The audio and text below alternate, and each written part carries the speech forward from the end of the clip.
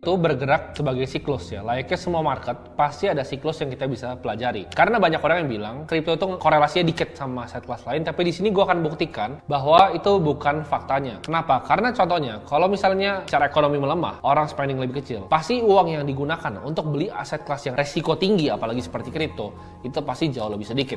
Nah di sini untuk kalian bisa ngerti, ya kita akan pakai namanya Four Season Economic Model. Jadi di sini kita bisa lihat ada Goldilocks ya, ada reflation, ada deflation, dan ada inflation. Di saat misalnya lagi Goldilocks dan reflation, ini aset-aset yang high risk ya. Jadi kita harus tahu siklus aset. Contohnya, kalau kondisi seperti sekarang, kita tahu misalnya ini masih banyak ketidakpastian ekonomi yang dilakukan orang akan larikan uangnya ke aset kelas yang lebih aman. Makanya sekarang aset tuh berputar. Jadi aset tuh selalu di siklusnya. Misalnya sekarang ini lagi di government bonds sama money market. Nextnya bisa ke saham. Nextnya ke kripto. Nextnya misalnya ke komoditas. Itu selalu berputar. Karena awalnya kan misalnya 2021 kemarin. Ukraina dan Rusia. Oh komoditas boom sampai di 2022. Oil, Newcastle, harga batu bara itu skyrocket. Habis itu ditampung sama apa? Sama money market. Money market, bonds, obligasi. Nanti begitu bull run, ntar ditampung sama saham, ditampung sama kripto. Di atas itu ada Goldilocks dan juga reflation. Di mana orang sebutnya itu economic summer. Risky aset itu bagus di saat economic summer. Contohnya seperti saham dan kripto. Dan di bawah tuh ada inflation dan deflasi. Di mana risky aset turun. Jadi kita harus tahu kapan uang itu pindah dari aset ke aset sesuai aja siklusnya kayak gue bilang tadi. Selalu ada timingnya antara money market ke saham, antara government bonds ke kripto. Jadi di saat Goldilocks dan reflation ya, di summer itu kita panen. Di saat winter kita justru koleksi. Jadi nanti begitu Goldilocks sama reflation nih 2024 2025 kita panen, tapi justru di 2022, 2023, 2024 awal itu kita pupuk dulu tuh. Koin-koin yang kita suka kita pupuk dulu. Kenapa? Karena kita tahu oh ini lagi nggak bagus nih, ini lagi bukan economic summer, lagi bukan Goldilocks sama reflation. Nanti begitu Goldilocks sama bagus nih, ini lagi bukan economic summer, lagi bukan Goldilocks sama reflation. Nanti begitu Goldilocks sama reflation kita sikat. Jadi kita harus bisa ngelawan herding behaviornya orang-orang. Karena orang-orang bisa kebalik tuh mindsetnya. Sebagai investor yang jago, kita harus contrarian. Kita punya mindset yang orang lain nggak bisa lihat. Bahkan kalau kita ngerti tentang misalnya futures market, kita bisa tahu nih, lagi bukan summer, lagi winter, kita sourcing aset-aset seperti Nasdaq, seperti Bitcoin, seperti Ethereum. Begitu naik baru kita beli lagi, kita long gitu. Itu bisa mainnya seperti itu. Jadi antara siklusnya kita bisa manfaatin. Karena orang di kripto itu banyak yang nggak mau realize profitnya. Begitu udah tinggi ya, mereka tunggu lagi sampai winter lagi. Kalau kita enggak, karena kita tahu siklusnya. Begitu nanti siklus selesai, kita TP ya, kita tunggu lagi untuk koleksi lagi. Kita tahu Bitcoin itu ada siklusnya, ada halvingnya 2020, 2024, 2016. Kita harus tahu tuh kapan dia halving segala macam. Jadi kita tahu seperti apa siklusnya bergeraknya. Nah jadi ini gue akan bagi keempat ya. Yang pertama adalah spring, summer, fall, winter. Jadi spring itu adalah early recovery. Nah untuk carinya kapan, nanti gue akan ajarin abis ini. Summer itu growth ya, jadi summer itu kita bisa panen raya itu summer. Kalau kan bull run, kayak Bitcoin 69.000 ya kan, 68.000.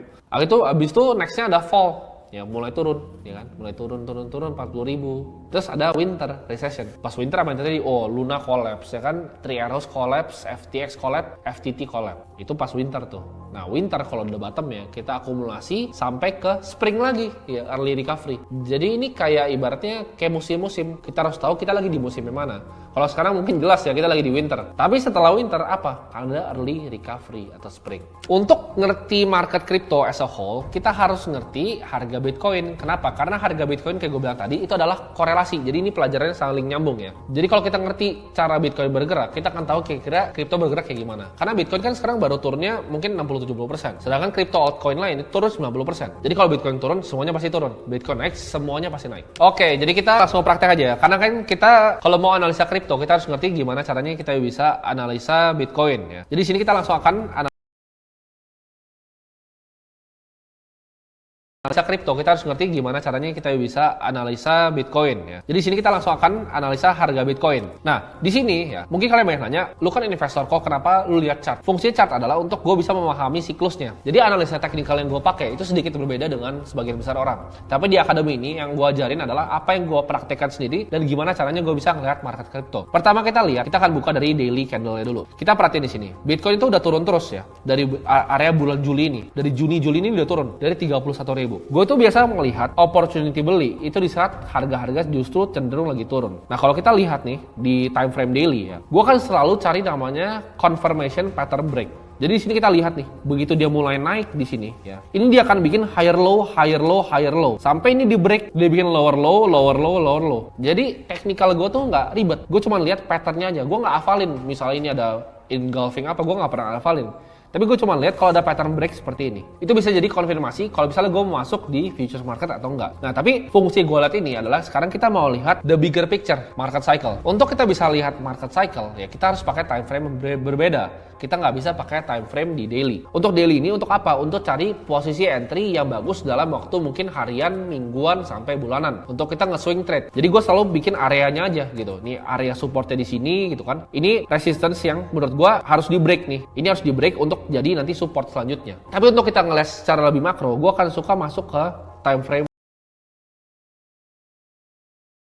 weekly. Di sini baru kita akan belajar tentang namanya siklus halving ya, dan kapan Bitcoin naiknya. Gua akan pakai dua siklus sebelumnya untuk kita bisa kira-kira prediksi masa depan seperti apa. Nah, kita lihat di tahun 2014 ya. Ini gue tarik nih dari sini. Ini drawdown ke bottomnya itu ada sekitar 86%. Jadi 86% turunnya dari all time high ke low-nya di siklus 2014. Nah, di sini kita bisa lihat nih, berapa hari sih? 1190 hari sampai mulai spring lagi. Jadi gini, kan kita lihat tadi, ada economic cycle-nya kan. Ini winter nih, ya set kan.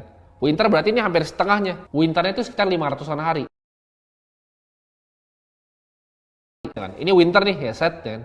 Winter berarti ini hampir setengahnya. Winternya itu sekitar 500-an hari. Begitu dia udah mulai naik, ini 1190 hari. Sampai dia mulai ke spring. Ini summer nih, ya kan? Mulai lagi nanti dia akan winter lagi. Jadi gua akan summer, winter, ya kan? Mulai summer, winter lagi. Nah, siklus selanjutnya kita lihat. Dia all time high, turun ke bawahnya, itu 82%. Sebelumnya kan 86%, sekarang 82%. Mungkin kalian tanya, kapan recovery lagi? Kapan bottom lagi? Ini kan udah terbukti secara historical.